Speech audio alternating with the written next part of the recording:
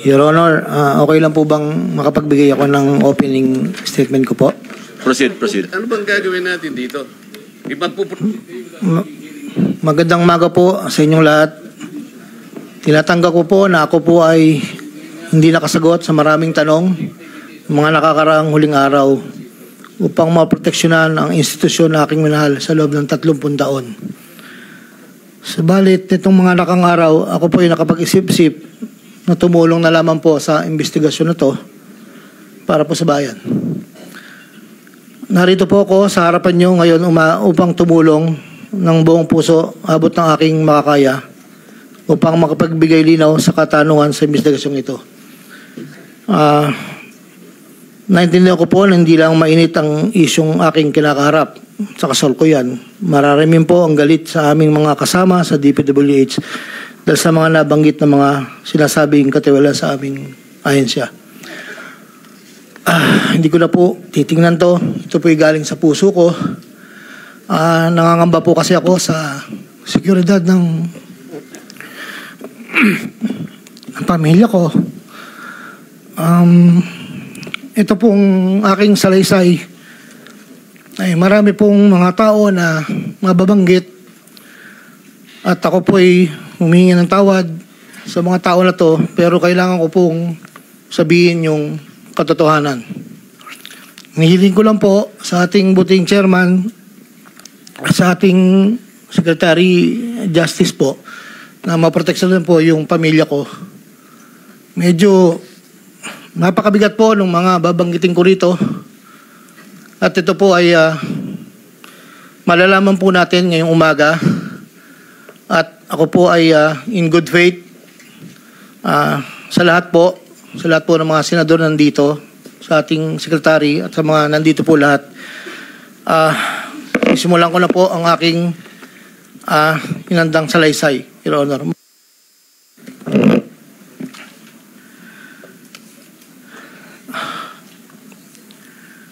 Sa akin pong boss na nabanggit po nung nakarang hearing ng aming kasama, Undersecretary Roberto Bernardo po. Una ko pong nakilala si Yusek Bernardo taong 1997. Kami po ay magkasama sa Los Baños po. Hanggang dumating po ang panahon na ako po ay na-appoint na District Engineer sa Bulacan. Sa taong 2022, nagsimula pong magbaba ng pondo sa akin si Yusek Bernardo. Nandito po ang detalye kung ilan po at magkano. Ito po, ang unang taon po, 2022 ay 350 million po. Ang kasunduan po ay 25% po para sa proponent. At ako po, o yung driver ko po minsan ang nagdi-deliver po sa kanya. Noong 2023 po, meron na rin po mga bumaba. Dito po, naka-specify po lahat kung ang titulo, ang title po ng project, amount, at kabuang ibinaba po ng aking boss. Ang iba pong sistema, sa simula po ay nagpapabigay po ng pauna lang pong 10% pag po lumabas na po sa pag-NEP po. Tapos po, ang kabuuan po ay paglabas po ng GAA. Pag po sa GAA, may lumabas na wala po sa NEP, ibig sabihin po nun, maaari pong, hindi ko lang po alam procedure, maaari pong sabay kampo yun pumasok. Andito po lahat po ang detalye sa aking sinumpang salaysay. At meron pa pong mga UA po, ang program allocations po yata yon na naibabarang po sa akin noong 2024. At hindi naman po lahat yun ay sari-sari pong project po yata yun. 2.85 billion po.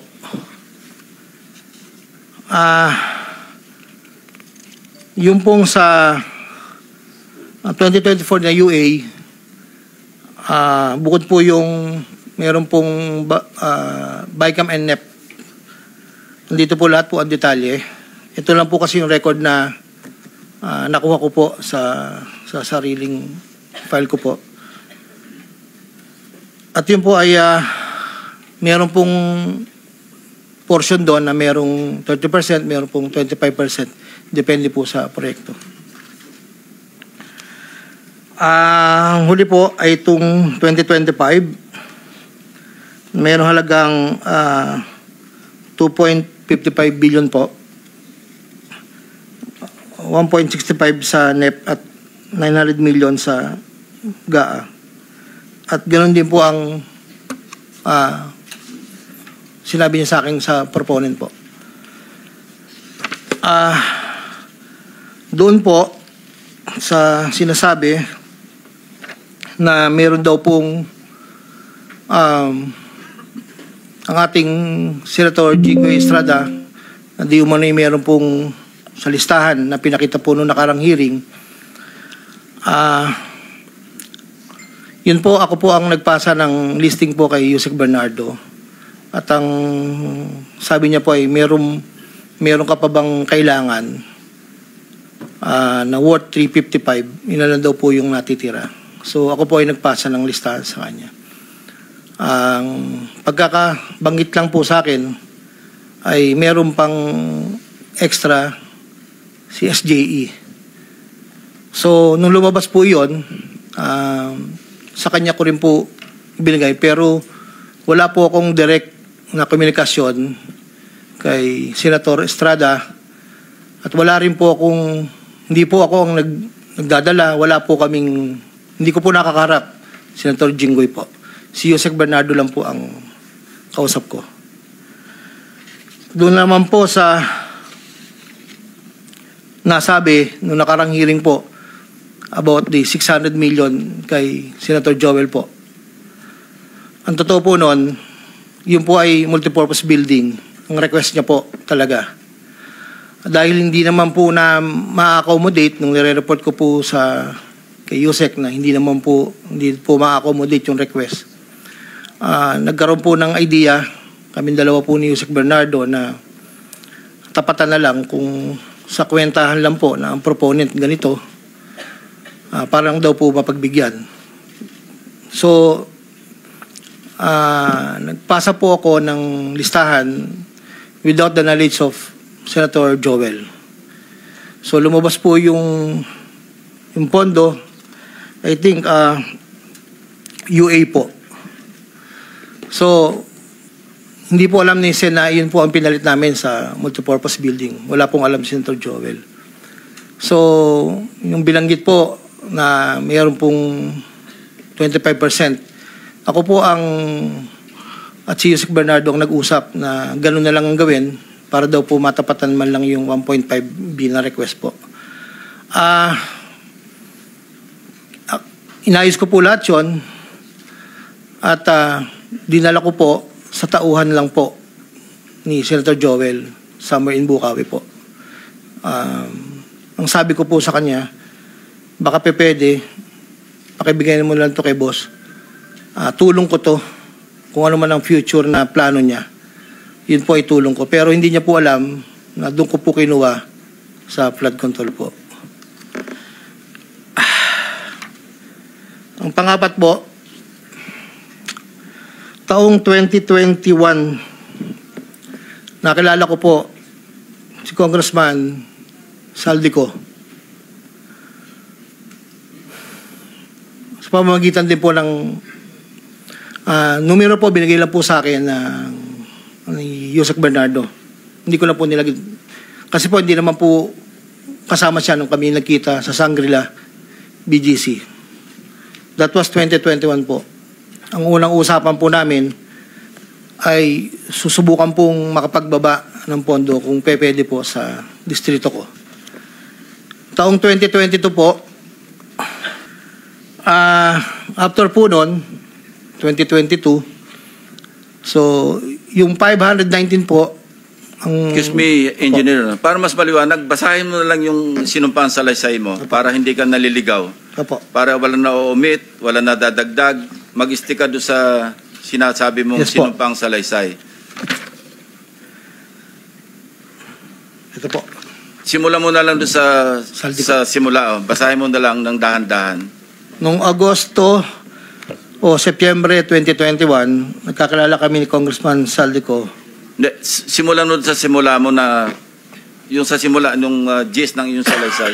Yes, Huwag po. na yung opening. Una kong nakilala si Undersecretary Roberto Bernardo. Nagkasama kami sa Laguna. Na-promote siya ng nag-promote siya hanggang Undersecretary. Si Yusek Bernardo ang tumulong sa akin para may talaga ako bilang District Engineer sa Bulacan First DO noong 2019, panahon ng Secretary ng DPWH si Secretary Mark Villar. Nung panahon na yun, ang tanda ko po, Undersecretary for Operations sa Visayas, si Yusek Bernardo. Taong 2022, na magsimulang magbaba ng pondo sa aking DO, si Yusek Bernardo. Ang kasunduan ay 25% para sa proponent. Ang proyekto ayon kay Yusek Bernardo, ang kabuuan ng mga proyektong naibaba ni Yusek Bernardo sa aking DO ay nagkakahalaga ng 350 million na sumusunod. Nandito po. Noong 2023, ang kabuuan ng mga proyekto na ibaba ni Yusek Bernardo sa aking DO ay halagang 710 million. Mula sa halagang ito, 450 million ang pumasok sa NEP, 260 naman po ang sa GAA. Ang para sa proponent, 25% po, at may advance ito na 5 to 15 na kalimitang hinihingi ni Yusek Bernardo kapag ganap na ang NEP base sa pagdinig sa Kamera del Representante. Samantala, ang pondong na BICAM ay may advance payment na 5 to 10 na kalimitang hinihingi matapos ang deliberasyon ng BICAM at ang balansa ay babayaran pagbuo paglabas ng GAA. Ang detalye ng mga proyekto ay nandito po. Noong taong 2024, may kabuuang pondo na 3.3 billion, 150 sa NEP, 300 million sa GAA, 2.85 sa UA. Nung naipababa ni Yusek Bernardo sa aking DO, muling nagpatuloy ang 25% na bayad sa proponent ng mga proyekting to na binibigay ko kay Yusek Bernardo. Tulad ng 2023, ang usapan ay mayroon ding advance payment, depende na lamang kung ito NEP o GAA. Kaya limitang inutusan ko ang aking driver na dalhin ang proponent kay Yusek Bernardo, minsan po sa parking ng Diamond Hotel. Ang detalye ng NEP 2024 ay may andito po nakasulat po. Ayon kay Yusek Bernardo, ang GAA insertions ng 2024 na magkakalaga ng 300 para po 300 million na para kay, sabi niya po sa akin, para kay Senator Bong Revilla na noon ay kumandidato bilang senador para sa 2025. Sinabihan ako ni Yusek Bernardo, Henry, kay Sed Bong yan, baka gusto mo tumulong sa kanya. Dagdagan mo ang proponent, ikaw na bahala. Sinabi ko kay Yusek Bernardo, sige po boss, kaya po imbis na 25 ay naging 30 ang naging proponent doon po sa 3 project na nakalagay po dito. Ang project po ay construction of flood control structure along Angat River, Sipat Section Plaridel, construction of flood control structure along Angat River, Lumang Bayan, construction of flood control structure along Giginto River, Malis Section, Giginto.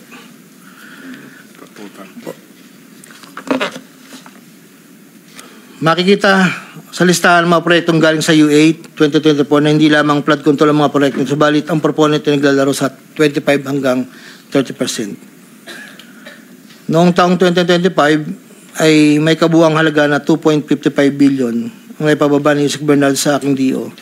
Tulad ng mga nakaraang taon, ang proponent ay natiling 25% sa kabuuang halaga ng pondo na naibaba ni Yusek Bernardo sa aking DO. Ang detalye ng proyekto ay nandito po. Marami po ito.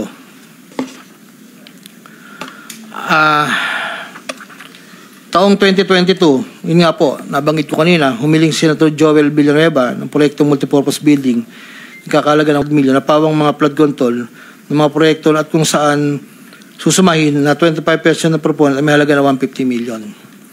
Hindi alam ni Senator Joel na flood control ang mga proyektong nailan sa kanya dahil ang aking pagkakalam ay ayaw po ni Senator Joel ang project na flood control. Ang halagang 150 million dila ko sa rest house sa Barangay Igulot, Bukay, Bulacan, na iniiwan ko po sa tao niya na ang nagangalan lang pong Peng. Sinabi ko kay Peng na pakibigay na lang kay boss, tulong lamang yan para sa future na plano niya. Hindi po nila alam na doon galing yon sa flood control. Matapos po na hindi na po kami nagkausap. Sa kay Senator Jinggoy naman po, sa pagkakatanda ko, nasa 2024 budget hearing kami sa Senado. Kasama ko si Yusek Bernardo. Sa pagitan ng alas 9 hanggang alas 10 ng gabi, habang kami naghihintay, tinanong ako ni Yusek Bernardo kung mayroon pa akong gustong lagyan at mayroon pang available na 355 si SJE. Ayon po kay Yusek Bernardo. Sabi ko po, boss, meron naman. Sagot ni Yusek Bernardo sa akin na ipasok ko agad sa kanyang listahan ng oras na yon. Agad-agad po akong nagpagawa ng listahan sa staff ko at sa loob ng 10 to 15 minutes, pinasa ko na po ang listahan kay Yusek Bernardo. Ito po ang listahan ng mga proyekto na banggit. Ito po ay puro pumping station po with floodgates. Ito po ay phase 3. Dahil may percent at binigay ko yung Yusek Bernardo kasama ang may iba pang proponent na mga pondong binaba niya sa akin para sa taong 2025. Wala po akong direktang transaksyon o direktang pakipag-ugnayan kay Senator Jinggoy. Pangapat, Congressman Elsaldi ko. Noong September 2021, nagkakilala kami ni Congressman Saldico sa isang pagtitripon meeting sa Shangri-La, Bonifacio. Doon ay napag-usapan namin ang plano ni Kong Saldi na sumubok na magbaba ng pondo papunta sa aking distrito para sa iba't ibang proyekto. Pagkalipas ng higit kumulang na isang buwan mula sa aming unang pagkikita, ako ay nagpasa sa kanyang listahan ng mga proyekto na may kaugnayan sa flood control at ang mga proyekto yung tayo lumabas sa General Appropriations Act of 2022 na nagkakahalaga ng, andito po, 1, 2, 3, 4, 5, 6, 6 na proyekto po to at ang pagkakatanda ko po to ay 519 million, ang una po. Sa pagitan ng 4 na taon, mula 2022 hanggang 2025, naging tagapagtaguyod si Kong Saldi ng mga proyekto sa Bulacan First. May higit kumulang 426 na proyekto. Ang kabuang halaga ng proyekto na ito, ayon po sa nalakap kong record, ay hindi bababa sa 35 billion, 24 million pesos. Million or billion? Billion, Your Honor. Andito po yung summary. Pwede ko pong state, Your Honor. Go ahead. Sa taong 2022, yun po yung una, bycam lang po ito ayon sa record ko po. 519 million. Sa 2023, 5 billion 790 sa NEP, 3 billion 250 sa bycam, at 3 billion 890 sa UA. 2024, 5.8 billion sa NEP, sa bycam 5.084, sa UA 3.306. Sa 2024, nagkakalaga po ng total na 14 billion 190. Sa 2023, 12 billion. Sa 2022, 519. Noong pong 2025 ay 7 billion 385 na lang po sa NEP. Wala na pong kasunod. Sa bawat proyekto na pinapasok ni Kong Saldi, meron akong binigay na obligasyon sa kanya para sa pondo base sa aming kasunduan. Noong 2022, ang kaniyang hinihingi na budget na sa bawat proyekto ay 20% lamang po noong 2022. Kung makikita niyo po, Your Honor, isasabay ko na rin po ito, na yung larawan po ng nandun po sa kasama po ako na nakatayo, yung opisina, yun po yung 20% po na 2022 inaayos po namin doon sa litrato po. Subalit nung taong 2023 hanggang 2025, ito tumaas ng porsyento ng 25% po.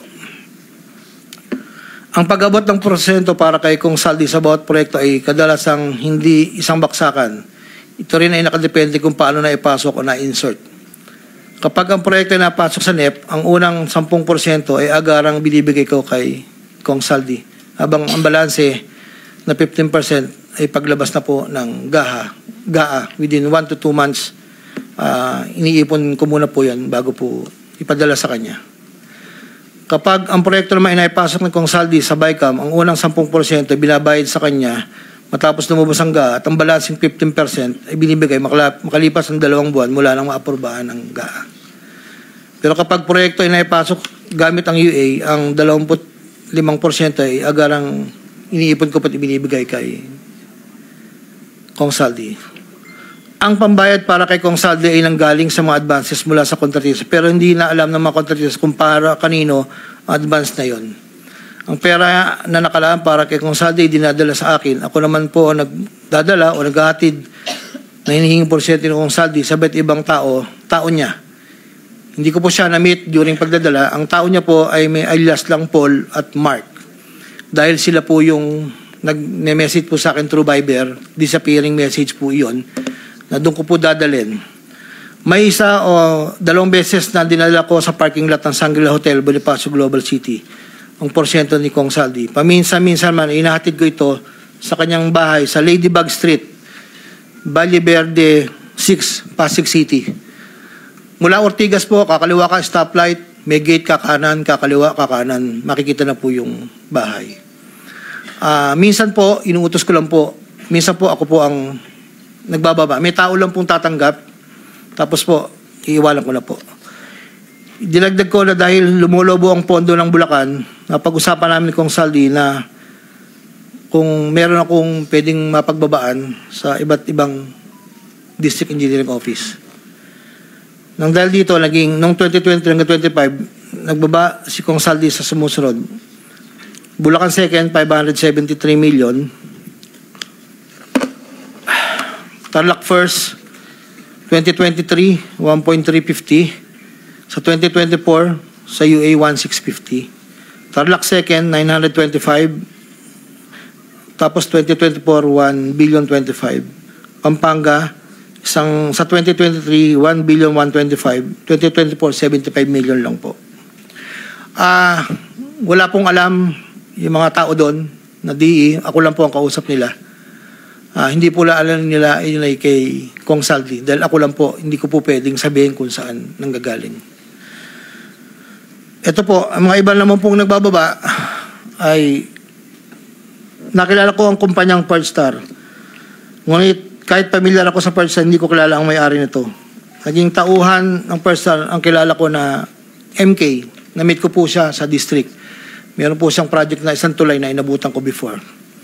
Sa pagkakalam ko, si MK ay anak ng may-ari ng Partstar.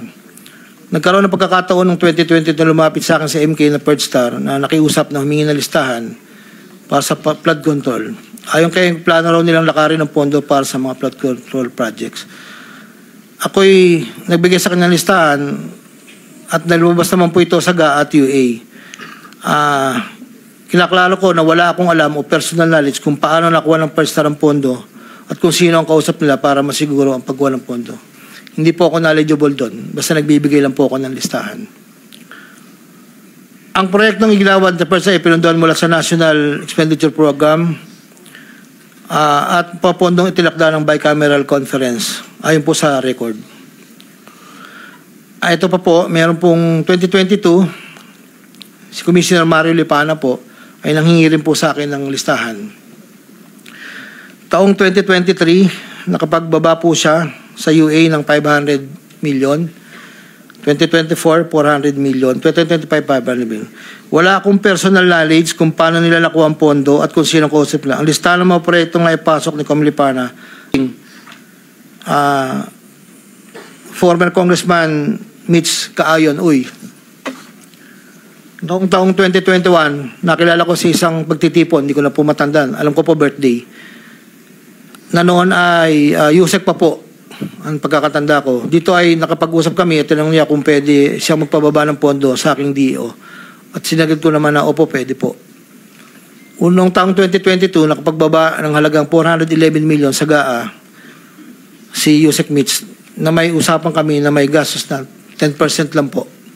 Hindi niya po pinakailaman yon. Sabi niya, bahala ka na kung sino man ang mananalo at contractor niyan. Noong ikapat na pagdinig ng Senate Blue Ribbon Committee hearing, may 2 larawan na pinakita ang chairman ng Senate Blue Ribbon Committee, Senator Pampilo Lacson, kay Engineer Bryce Hernandez. Isang larawan sa isang lamesa na puno ng pera at doon ay makikita ang aking presensya na kung saan ay nakasuot ng blue na shirt at ito ay sa conference room ng lumang opisina namin. Para po sa kalaman, lahat po ng pera na yon ay para sa BICAM ni Kong Saldi. 519 million na may 20% proponent noong 2022. Ito po ay galing sa iba't ibang mga kontraktor na nakuha ng mga proyektong naipababa ni Congressman Saldi. Ang pangalawang larawan naman po ng pera na nakasalansan sa isang bilyaran ay para sa proponent ng 2023 na 5.79 billion na dadalhin namin kay Kong Saldi na sa aking pagkaalala ay nagkakalaga ng 579 bilang 10% advance payment. Aking nireserba ang aking pagpasa sa karagdagang sinumpang salaysay kung sakaling ito ay mabibigyan muli ng pagkakataon. Ginagawa ko ang sinumpang salaysay na ito upang pakita ang aking kusang loob na pakipagtulangan sa sinasagawang bisyo sa Senado, sa House of Representatives at iba pang ahensya ng pamahalaan, kaugnay ng mga anumalyang proyektong DPWH at upang matuluyang palagutin lahat ng mga taong sangkot. Ilan po, Your Honor. Pwede bang pirmahan mo yung sinumpang salaysay para maibahagi sa mga miyembro ng committee?